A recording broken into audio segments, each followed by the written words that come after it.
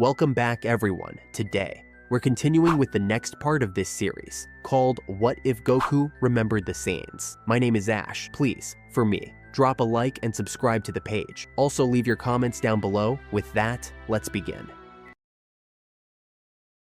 Ladies and gentlemen, the announcer's voice boomed across the arena, riding a wave of crowd noise that swelled with excitement. The first round was one of the most thrilling matches we've seen in years. Now it's time to keep that momentum rolling into round 2. The crowd roared even louder, their cheers echoing off the towering stadium walls. In this next match, we have two tournament veterans, fighters trained under the legendary Turtle School of Martial Arts, each handpicked and taught by the great Master Roshi himself. The audience erupted as two familiar figures stepped into the ring. Those of you who followed these tournaments know exactly how talented these warriors are, so let's hear it for Krillin and Yamcha. Spotlights traced across the ring, locking onto the two friends as they met at the center. Yamcha, wearing his signature orange GA with the turtle symbol, flashed a cocky grin. "You ready for this?" he asked, bouncing slightly on his feet, his confidence plain. Krillin cracked his knuckles. "Are you ready to get creamed?" Yamcha smirked. "Hey, I've been training. I might not be able to keep up with the signs, but I can still take you down." Krillin's bald head caught the sunlight as he smiled coolly. "We'll see. I haven't exactly been slacking either." "Fight!" the announcer shouted, and the moment the word left his mouth, the two leapt into action. A thunderclap of power echoed through the stadium as Krillin and Yamcha collided midair, fists and feet moving so fast they blurred. Shockwaves rippled across the arena floor as they clashed again and again, moving faster than most of the audience could follow. With a sudden burst of speed, Krillin ducked low and twisted in midair, landing the first solid hit, a clean punch to Yamcha's jaw. Yamcha flew back several feet, skidding across the ring tiles. But the former desert bandit wasn't down for long. Yamcha flipped backward and stuck the landing, his feet digging into the ground. He charged right back in, growling with determination as his fists came flying. Rapid punches and high kicks aimed with precision. Krillin blocked effortlessly, moving like water around the attacks. "Didn't you say something about taking me out?" he said with a smirk as he slammed a right hook toward Yamcha's face. Yamcha ducked and rolled. "I'm just getting warmed up." Suddenly, his aura ignited, bright red energy flaring out like wildfire around him. "Kaioken!" His speed and strength doubled instantly as he lunged forward, fists flashing like lightning. "Wolf Fang Fist!" Yamcha roared, the attack leaving shockwaves behind every strike as he battered Krillin with a barrage of hits. Dust and wind exploded outward from the force of the technique. When Yamcha finally pulled back, Krillin was left sprawled across the ring, a thin trail of blood at the corner of his mouth. He wiped it away with the back of his hand and got to his feet slowly, his face calm. "Not bad," Krillin said, clenching his fists. "That one caught me off guard." Then, without warning, his own energy erupted outward, his aura now a blazing crimson flame that cracked the tiles beneath his feet. "Kaioken! Times 40!" he shouted. The pressure in the air changed instantly, thick and heavy with raw power. Yamcha staggered back, eyes wide. He could feel it. Krillin's energy had spiked beyond anything he'd expected. "Not good," Yamcha muttered, sweat trickling down his forehead. "Guess I'll have to go all out." He gritted his teeth, tensed his entire body, and roared. "Kaioken times 50!" The stadium shook as Yamcha's red aura surged higher, twisting around him like a storm. The former bandit charged forward, his body burning with effort, fists glowing bright as he swung at Krillin's temple in a powerful arc. But it never landed. In the blink of an eye, Krillin vanished and reappeared right behind Yamcha. "Too slow," Krillin said. He lashed out with a spinning kick, aiming directly for Yamcha's head. Yamcha barely managed to block, throwing his arm up at the last second. The impact sent shockwaves through his bones, and he skidded backward, trying to regain his footing. Krillin didn't give him time. He pressed the advantage, launching into a rapid combo. Low punches, high knees, and a flurry of devastating attacks. Yamcha defended desperately, his breathing already ragged from the energy he was burning through. Finally, the two fighters jumped apart, landing at opposite corners of the ring. Their chests rose and fell, sweat pouring down their faces. "Give it up!" Krillin called out, his voice calm but firm. "You can't win this." Yamcha panted heavily, his arms hanging low. His body trembled from the effort of maintaining Kaioken times 50. It had worked against Tien earlier, but only for a few seconds. He had never trained to keep it going this long. Still, he wasn't done. "I won't quit," Yamcha said through gritted teeth. His thoughts raced. "I have to end this now, even if it hurts." He slowly brought his hands to his side. Fingers splayed as he began to draw energy. A glowing ball of light formed in his palms. Kame. Krillin's eyes narrowed. He recognized the stance immediately. "Me!" He mirrored the pose, his own hands charging with energy. "Ha! Me!" The entire stadium quieted, the air tense, the sound of raw energy building growing louder and louder. "Ha!" Yamcha screamed, firing his beam straight at Krillin. Krillin shouted back, "Ha!" and launched his own attack to meet Yamcha's in mid-air. The twin beams collided at the center of the ring, exploding in a blast of light so bright it lit up the sky. The ground rumbled. The audience gasped. Crack! The stadium shook as the beams pushed against each other, locked in a deadly tug of war. Yamcha yelled out, digging deeper. Kaioken times 60. His aura surged again, crimson energy lashing out like tendrils as he forced more power into the beam. But Krillin didn't flinch. Kaioken times 60! He shouted back. Instead of adding more to his beam, Krillin suddenly leapt into the air and brought his knee crashing upward into the clashing energy. Boom! His knee smashed through the center of the blast and split it apart, sending the energy streaming harmlessly into the sky. Yamcha's eyes went wide. No way. The red aura around him sputtered and vanished. He dropped to his knees. I've got nothing left, he said, panting. You win. There was a pause. The tension in the air snapped as the crowd burst into cheers. Ladies and gentlemen, the announcer said excitedly, Yamcha has just conceded the match.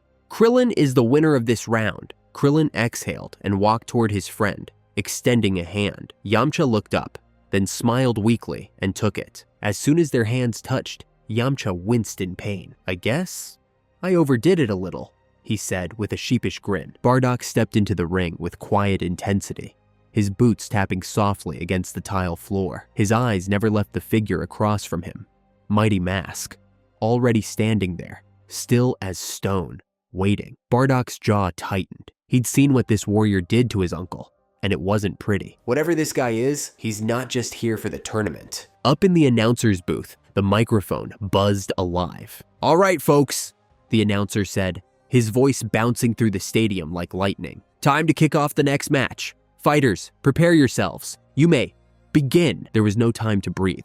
Mighty Mask exploded forward in an instant, closing the gap with a sharp right jab aimed for Bardock's chest. But Bardock had already seen it coming. Calmly, he sidestepped the punch and wham! Backhanded the masked fighter with casual force. The crowd gasped as Mighty Mask went flying, smashing into the far wall of the arena with a sound like a meteor hitting a mountain. Dust rose. Cracks spiderwebbed across the stone. Bardock lowered his arm, unimpressed. That all? But from the rubble, a low rumble started. Pebbles bounced. Wind picked up. Mighty Mask rose, his limbs shaking with rage, golden energy beginning to swirl around him. The ground quaked under his feet. At first, the power spike was slow, but then it jumped, fast and violent.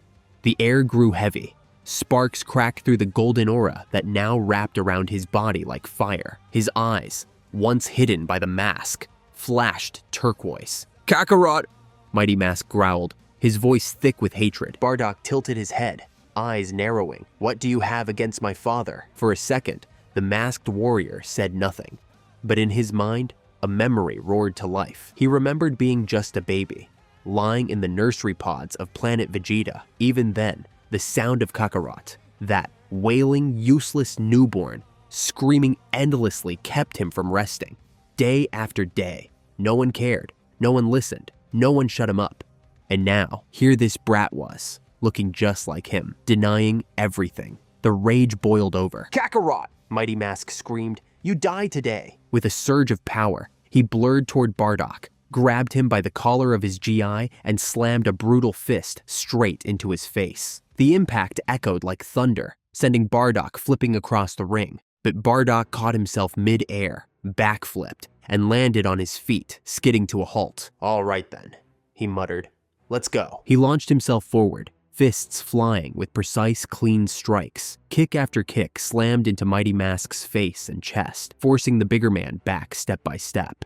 Dust whipped up from their speed, but Mighty Mask growled through the pain, grabbed Bardock mid-kick, and spun. Crash! Hurling him into the floor of the arena. Tiles shattered. A crater opened beneath him. Bardock groaned and pulled himself up, wiping blood from his mouth. Okay, that one actually hurt. But how? I'm a Super Saiyan. How's he keeping up? And why does he hate Dad so much? Who the hell is he? Elsewhere, high in the shadows of the arena, a figure in a black cloak leaned forward, watching from a dark ledge above the ring. Mighty Mask had just slammed Bardock like a rag doll. The cloaked man grinned under his hood. Soon, he whispered, voice sharp with hate. Soon, Vegeta will pay. But first, all of his little friends will die. Back in the arena. Before Bardock could fully recover, Mighty Mask was already there. Hand outstretched, he snatched Bardock by the throat and slammed him again into the broken arena floor, the cracks widening. "You'll die at my feet, Kakarot!" he bellowed, his hand tightening around Bardock's neck. "I'm not Kakarot!" Bardock roared back, eyes burning with fury. Suddenly, his aura exploded outward, brighter, sharper, and laced with white lightning. The wave of energy blew Mighty Mask backward like a leaf in a storm. Bardock hovered upward, his golden hair now longer and spikier, arcing with blue-white electricity. "You want to see real power?" Bardock shouted. "Then face Super Saiyan 2. Mighty Mask wiped blood from his chin, unfazed. "You think changing your hair is going to save you from me?" he sneered. "I'll crush every bone in your body." He charged again, hands reaching for Bardock's neck, but Bardock vanished in a blink. "Behind you!" Bardock's voice whispered. Wham! A brutal kick slammed into the back of Mighty Mask's head, launching him like a missile toward the edge of the ring. He skidded across the floor, sparks flying from the sheer speed of the hit. Before he could move, Bardock raised both hands and let loose a barrage of energy blasts. Boom, boom, boom! The blasts struck one after another, exploding on impact, smoke filling the entire arena. When the dust cleared, he was still standing, bruised, bloody, furious. The tattered mask slipped from his face. With one hand, the warrior reached up and tore off the rest of the mask, throwing it to the ground. His face was finally revealed, tall, muscular, wild blonde hair tinged green, and a strange metallic crown fused to his forehead. In its center, a glowing red jewel pulsed like a heartbeat, but it was his eyes that sent a chill through the air, turquoise, glowing with pure hatred. "I will kill you!" he roared, fists clenched so tight they cracked. His aura surged once more, this time not just powerful, but dangerous. His muscles exploded in size. His body stretched, growing nearly 2 feet taller. The energy burned so violently that the crown on his head shattered into dust. His eyes were now white, no pupils, no humanity, just fury. In the stands, Bulma gripped the edge of the VIP box, eyes wide. "Who is that guy?" she asked, stunned. He looks insanely strong." "I'm not sure," Kakarot said, squinting as he analyzed the power in the ring. "But he's definitely Saiyan." Bulma turned, confused. "But didn't Vegeta say you, Raditz, Nappa, and himself were the only ones left after Planet Vegeta blew up?" All eyes turned to Vegeta, whose scowl deepened. "I don't know who he is," Vegeta snapped. Kakarot didn't look away from the fight. "He's just about even with Bardock's power right now." "He won't win," Vegeta said flatly. "All he's done is bulk up his muscles. That power-up is sloppy. I tried the same thing against Cell. He won't be fast enough to hit the brat." A calm, deep voice cut through the moment. "I beg to differ." Everyone turned toward the doorway of the box. A man stepped in, wearing a black hooded cloak. Slowly, he reached up and pulled the hood back, revealing a rugged face, spiky black hair, and a long scar that stretched across his right eye. Kakarot took a cautious step forward. "Who are you?" he asked. The hooded man stood tall now, his scarred face revealed, dark eyes narrowed with purpose. A thick silence hung in the air. The tension could be cut with a blade. "I am Paragus," the man said, his voice gravelly and cold. "My son, Broly, and I have come to wipe you out." The Z-fighters tensed. Kakarot's brow furrowed. "Why?" he asked simply. "What did we ever do to you?" Paragus's eyes burned, not just with anger, but with old pain, pain that had never faded. "It's not what you personally did," he said bitterly. "It's what King Vegeta did." He turned toward Vegeta now, that same fury etched into every muscle on his face. He looked as if he were staring through time. It all began days before planet Vegeta was destroyed. Paragus continued, his voice tightening with each word. I had just become a father, my firstborn, Broly. He was perfect, but King Vegeta saw something different. He saw a threat. Vegeta crossed his arms, but didn't look away. Paragus clenched his fists, recalling the memory like a scar ripped open. Broly's power level. It was off the charts. Even as a baby, he was beyond what the royal family could tolerate. So King Vegeta acted. He didn't just exile us. He ordered my son's execution. The room went quiet. He stabbed my baby boy with his own hand, Paragus said through gritted teeth. He tried to kill him, and when I tried to stop it, he blasted me too. Chi-Chi gasped softly. So, you were banished? Paragus shook his head. No, he spat. King Vegeta wasn't that merciful. He left us for dead on a dying planet. And then, Planet Vegeta was destroyed in Frieza's attack. But Broly, my son, survived it all. Even the stab wound, even the explosion, his power shielded us both. He carried us to safety. He stared down the warriors before him. Since that day, we've waited, trained, suffered, all for one reason, revenge. But King Vegeta is gone, Chi-Chi said, stepping forward. Her voice was steady, but there was sorrow in it. He's the one who hurt you, not us. Paragus didn't blink. Then, I'll take my revenge on his bloodline, his son, his legacy.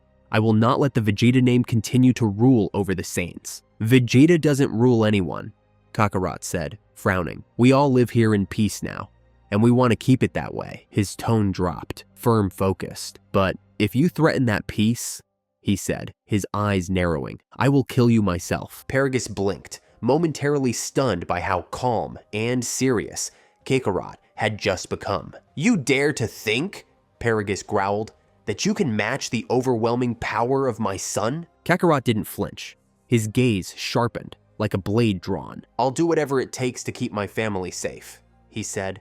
If that means killing you and Broly, then so be it. Paragus's face twisted with rage. How dare you insult me like that?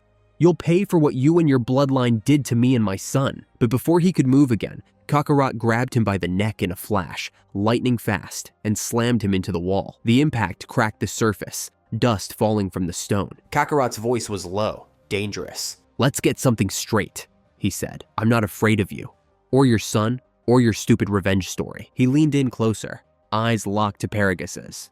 Whatever twisted ideas you've got running through your head, let them go. The man who wronged you, he's dead. Frieza killed him. The rest of us, we haven't done a thing to you. Kakarot tightened his grip slightly, his aura flickering around his arms. But if you make us your enemies, we'll finish what Frieza started. Paragus didn't resist. He just laughed, a bitter, broken sound. You fool, he said. It's too late. Nobody can stop Broly now. His eyes gleamed with something darker, something final. When he gets like this, he's unstoppable. Not even I can control him anymore. And that's it for today's episode, guys. If you watched to the end, then that could be an indication that you enjoy the series. So please leave a like on the video. Thank you and take care.